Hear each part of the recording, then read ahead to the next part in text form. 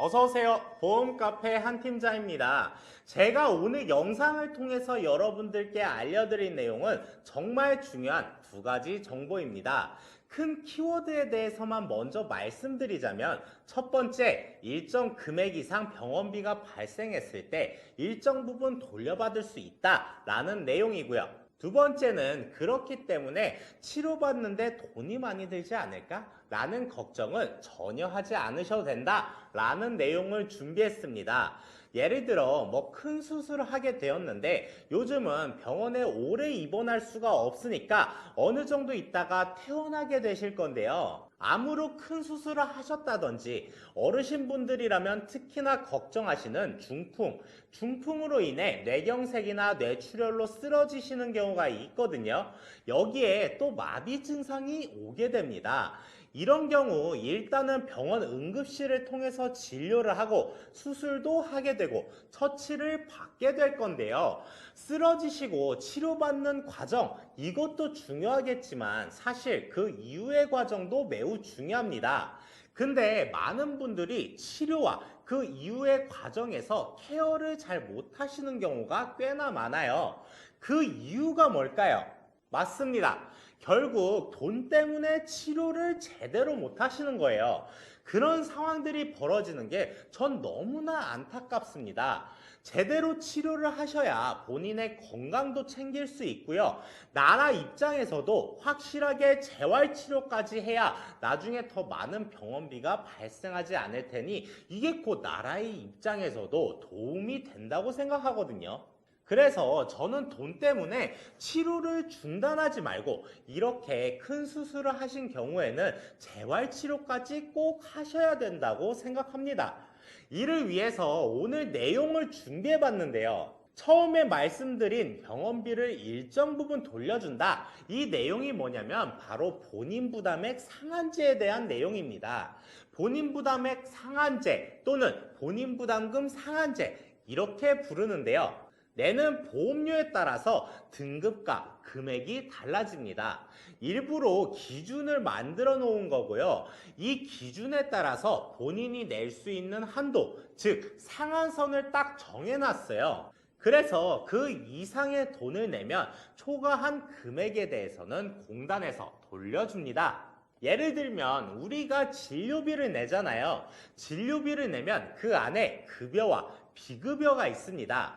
급여라는 것은 의료보험공단에서 일정 부분 부담하겠다는 거고요. 이 부분에 대해서는 내가 내야 하는 것보다 공단에서 내는 부담금이 훨씬 많습니다. 어떤 경우에는 95%가 되는 경우가 있고 보통 70%, 80%는 공단에서 부담하고 나머지만 내가 내는 거거든요. 근데 주의하실 게 비급여, 이 부분에는 해당이 안 됩니다. 이 급여하고 비급여가 좀 헷갈리시는 분들이 있을 것 같아서 부가적인 설명을 해드리자면 많은 사람들이 알고 있기로 급여는 의사 선생님이 이런 치료가 필요하다 이렇게 권하셔서 하는 치료가 급여고 그것 외로 나는 이거 추가로 좀 더 해주세요. 이런 치료를 하면 안 될까요? 해서 선택하는 치료가 비급여라고 생각하실 텐데요. 딱 명쾌하게 설명드리자면 우리가 입원했을 경우에 보통 6인실을 입원하게 됩니다. 그런 경우에는 당연히 치료를 위해서 입원했기 때문에 급여 처리가 되는데요. 나는 이렇게 6명이 한 방에 있는 게 힘들어서 1인실로 가고 싶다든지 1인실이 없으면 2인실로라도 가고 싶다. 이런 경우에 상급 병실료라고 하거든요. 이런 건 본인이 다 부담해야 된다. 이거 외로도 예를 들어서 내가 다한증이다.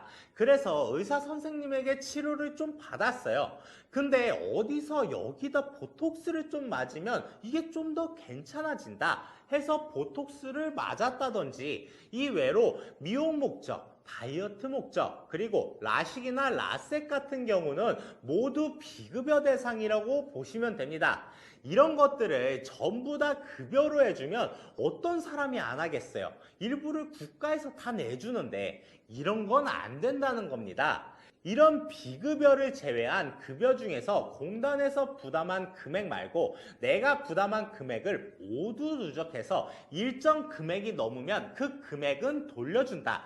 이게 본인 부담금 상한제입니다. 이걸 다시 한 번 더 복습하자면 급여는 건강보험이 가능한 것을 급여라고 하고요. 비급여는 본인이 다 부담해야 되는 것, 예를 들면 간병비, 상급 병실료, 추가 치료 또는 신약 같은 경우 신약 중에서는 아직 보험에 편입되지 않았는데 그래도 나는 지푸라기라도 잡는 심정으로 내 돈을 내고서라도 해야 되겠다. 이런 경우에도 모두 비급여라고 할 수 있고요. 우리가 병원에 갔다 와서 진료비 영수증을 받으면 이렇게 되어 있습니다. 일부 본인 부담, 전액 본인 부담, 비급여 이렇게 나와 있어요. 그 중에서 본인 부담금 이 부분에 대해서 누적 상한액이 넘게 되면 그 넘은 금액을 돌려주는데요. 그렇다고 하면 많은 분들이 아니요? 나는 쓴 만큼 안 돌려주던데 나 병원비로 돈 많이 냈는데 안 줬어요 하는 분들이 많습니다. 이런 경우에는 보통 전액 본인 부담이나 비급여 이 금액들을 모두 합산해서 생각하는 경우가 대부분입니다. 확실히 본인 부담금을 더했는데 상한액을 초과했다. 근데 안 돌려줬다. 그렇게 생각하실 수 있는데 이것은 정확합니다. 그러신 분들은 다시 한번 본인 부담금을 보시면 되겠고요. 그러면 정확히 누적 금액 얼마가 넘어야지 돌려준다는 건가요? 궁금하실 텐데요. 지금부터 알려드리겠습니다. 사람마다 소득이 다 다르잖아요. 소득이 많은 사람들은 이 정도 내야 하는데 소득이 작은 사람도 똑같은 금액으로 해놓으면 돈이 없는데 낼 수 있겠습니까? 불공평한 거죠. 그래서 공단에서도 소득액에 따라서 등급별로 나눠 본인 부담 상한액을 정해 놓았습니다. 이 금액은 해마다 달라지는데요. 왜냐하면 물가 상승률만큼 변동되기 때문이죠. 이것이 반영되어 해마다 조금씩 변동이 있습니다. 이 부분 참고해 주시고 일단 이번 해인 2023년 기준으로 살펴보겠습니다. 1분위는 소득이 가장 적으신 분들이고요. 이분들은 본인 부담금 상한액이 87만 원입니다. 가장 소득이 많은 분들은 10분위에 해당되어 본인 부담금 상한액이 780만 원입니다. 이건 1년 합산 금액이고요. 아무리 내가 뭐 상위 1%고 돈을 많이 번다 이렇다 하더라도 정해져 있는 것이기 때문에 해당만 되면 차익에 대해서 돌려줍니다. 엄청 좋은 나라죠? 근데 지금 말씀드린 내용은 큰 병에 걸렸을 때입니다. 우리가 흔하게 걸리는 감기 같은 걸로 왔다 갔다 엄청 하는 건 합산하기가 좀 그렇고요. 암 수술을 했다든지 뇌경색이라든지 중풍, 심장, 스텐트 시술을 했다든지 이런 큰 병을 치료하는 수술을 했을 경우에 국가에서 거의 다 해주더라도 병원비가 꽤나 나오잖아요. 입원비라든지 수술비라든지 본인 부담금만 하더라도 최소한 한 100만 원에서 200만 원 사이는 나오거든요. 그런 경우에 한번 생각해 보세요. 1분위이신 분들은 87만 원이잖아요. 수술받는 비용도 거의 다 돌려받게 됩니다. 보통은 수술하면 그래도 몇백만 원이 나올 텐데 하고 엄청 걱정하시는 분들이 많은데 그러실 필요가 전혀 없다는 말이에요. 비용이 그래도 많이 나올지언정 파산할 정도로 어마무시하게 나오지는 않는다는 겁니다. 이어서 여기를 보시면 오른쪽 금액이 좀 틀리죠? 1분이신 분들은 87만 원인데 이건 134만 원이에요.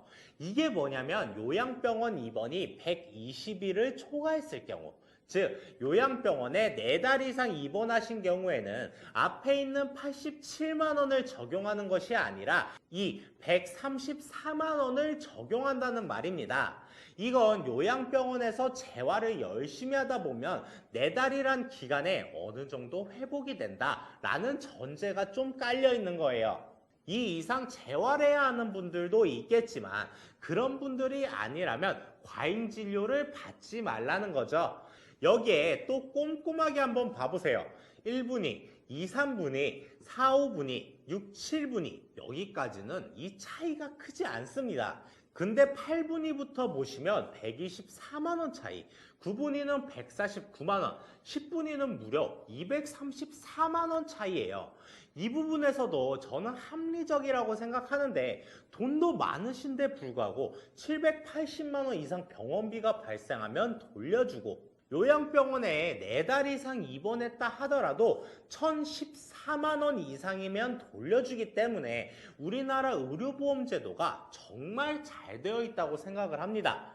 이런 좋은 국가 지원 혜택들이 있기 때문에 국내에서 살다가 해외에 나가서 살게 되신 분들이나 외국인들이 엄청 부러워하는 제도라는 게 이해가 가는 것 같아요. 여러분들께서는 이 본인 부담 상한액이 있기 때문에 예를 들어서 내가 수술을 했어요. 수술비랑 이것저것 하니 한 250만 원이 나왔습니다. 근데 내가 6, 7분이야. 그러면 보통 수술하고 나서 생각하는 것보다 조금 나왔네? 하고 재활치료는 많이 드니까 아프더라도 좀 참고 살자. 이러는 게 아니라 본인 부담 상한액이 303만 원이니 이제 53만 원만 넘으면 다 돌려주는 거잖아요. 그러니까 꼭 재활까지 하셔라 권해드리고 싶은 거죠. 제가 막 과잉 진료를 유발시켜 드리는 게 아니고요. 국가 차원에서도 이게 필요하다고 생각하거든요. 병은 제때제때 치료하고 재활치료까지 해서 완벽하게 치료를 좀 해놓으셔야 나중에 있을 국가 의료비와 요양비가 덜 나갑니다. 애매하게 치료하셔서 나중에 요양원을 가신다든지 요양병원에 오래 입원하신다든지 그러면 국가 재정 손해가 더 커지게 됩니다. 그래서 치료는 아플 때 충분하게 그리고 확실하게 하셔야 된다고 생각해요. 제가 진짜 보수적으로 말씀드려도 대략 우리가 8분이다. 그러면 414만 원이 되잖아요. 보통 큰 수술하면 한 200만 원 정도 듭니다.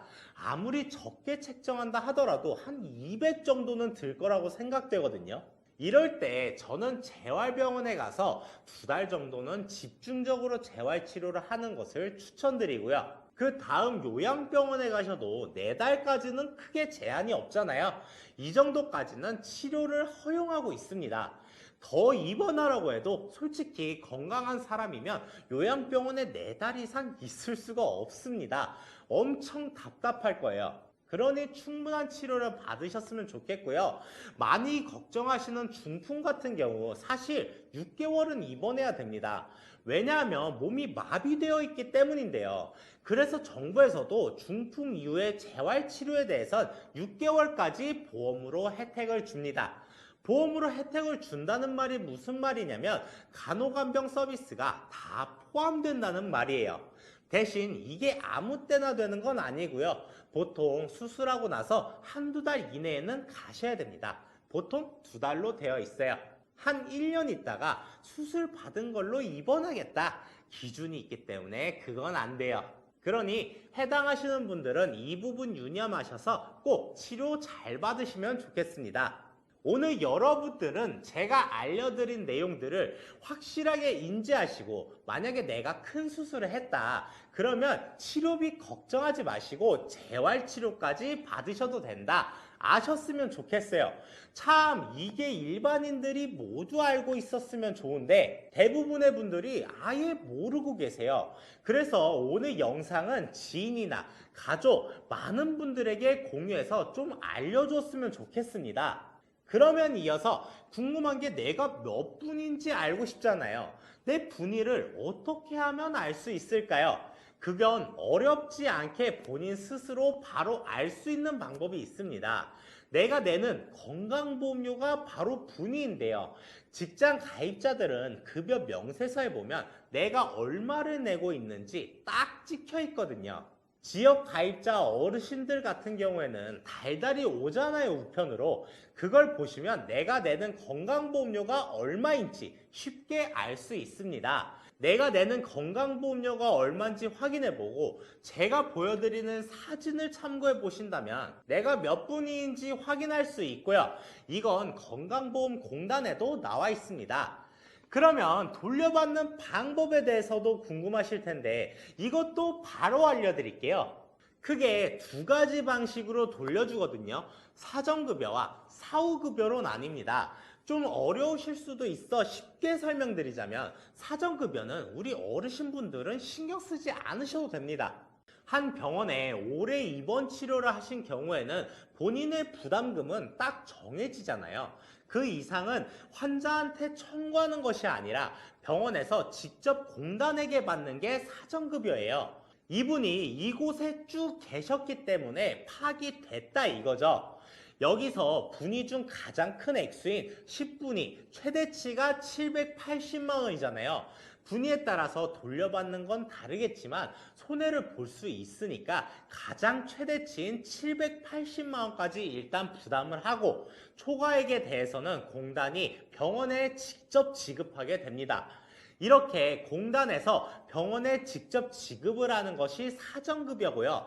대신 요양병원은 제외됩니다. 이렇게 요양병원 같은 경우에는 사전급여 대상이 아니기 때문에 여기서는 사후급여가 나오게 되는데요. 사후급여가 뭐냐면 환자분이 한 병원에만 계속 있는 것이 아니라 여러 병원을 다니실 수도 있잖아요. 예를 들어 암으로 인해서 아산암병원에서 수술을 받고 다른 재활병원에 가서 재활치료를 받고 집 근처 병원에서도 치료받고 이럴 수 있는 겁니다.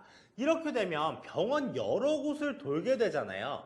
그런 경우에는 A병원에서 금액이 얼마인지 B와 C병원에서는 또 얼마인지 파악하기가 쉽지 않겠죠. 하지만 공단에서는 이 금액에 대해서 전부 파악하고 있기 때문에 1년을 합산해서 다음 해에 돌려주게 됩니다. 예를 들어 올해 병원비가 1월 1일부터 12월 31일까지 발생했어요. 이 부분에 대해서 공단에 다 기록이 있기 때문에 합산해보고 본인 부담금을 산출한 후에 그 다음 해인 8월경에 날라옵니다. 이렇게 바로 해주는 것이 아니라 일단 본인이 다 내고 다음에 8월에 정산해주니 이걸 사후급여라고 불러요. 뭘 할 것 없이 가만히 있다 보면 8월쯤 사후 환급금 지급 신청 안내문이라고 해서 날라옵니다. 뭐 갑자기 정부에서 뭔가 날라오니 돈 내라는 건가? 해서 흠칫 놀라시는 경우가 있는데 의료보험공단에서 오는 엽서는 대부분 다 좋은 거예요. 좋은 거니까 당황해 하지 마시고 거기에 써져 있는 대로 신청하시면 초과한 금액에 대해서 다 돌려주게 됩니다. 엽서로도 보낼 수 있고 팩스로도 보낼 수 있고 핸드폰으로도 보낼 수 있는 등 여러 가지 방법으로 보낼 수 있으니까 편하신 방법으로 하시면 되시고요. 본인의 계좌번호를 넣어서 환급 신청을 하면 공단에서 그 계좌에 입금을 해드립니다. 엄청 간단하죠? 여기까지 해서 제가 오늘 알려드린 본인 부담금 상한제 한눈으로 요약을 한번 해보겠습니다. 본인 부담금은 일단 내가 병원에 전부 부담해야 하는 진료비를 말하고요. 그리고 분위별 금액이 나뉘는데 나는 수입이 꽤나 많다. 많이 번다. 그러면 10분이 780만 원. 그게 최대 상한액입니다. 상한액은 내가 내고 있는 보험료로 직접 확인할 수 있다고 말씀드렸고요. 이어서 요양병원에 내가 4달 정도 입원했다. 그러면 아까 1000만 원이 조금 넘었었죠? 해당한 금액이 넘으면 그 금액도 돌려준다. 그리고 그 이상 금액은 의료보험공단에서 환자분에게 직접 돌려준다. 결론적으로 말하면 내가 치료도 재활도 충분히 해야 되고요. 이러면 어떤 분들은 나라 돈을 너무 써서 세금이 막 비싸지고 그러는 거 아니냐 그러는데 제가 아까 설명드렸죠. 오히려 치료를 제대로 하시는 게 나중에 아파서 병원을 여러 군데 다니시고 요양원에 일찍 가셔서 오랫동안 요양하시는 거 그 돈이 훨씬 더 듭니다. 국가 차원에서도 이게 더 좋다고 생각하고요. 이 돈은 한 번에 해결할 수 있는 돈이에요. 몇 달 동안 집중해서 제대로 치료하는 것이 국가 경제를 위해서도 훨씬 더 좋다 생각합니다. 자, 우리나라에서 태어난 게 얼마나 축복입니까? 다른 나라 같은 경우 대부분 큰 수술 한 번 하고 나면 정말 힘들어집니다. 재난적인 의료비용 지출로 망할 수도 있어요. 그런데 우리나라에서는 수술을 받았다. 그러면 이렇게 재활까지 해서 완벽하게 일상생활 복귀가 될 때까지 해줍니다. 충분히 치료할 수 있도록 지원을 해주는 거나 마찬가지잖아요. 특히 재활치료에 대해서 하나 더 말씀드리고 싶은데요. 보건복지부에서 전국 53개의 재활의료기관, 쉽게 말하자면 전문 재활병원이라고 있는데요. 우리가 사는 곳에만 한 3-4개씩 있습니다.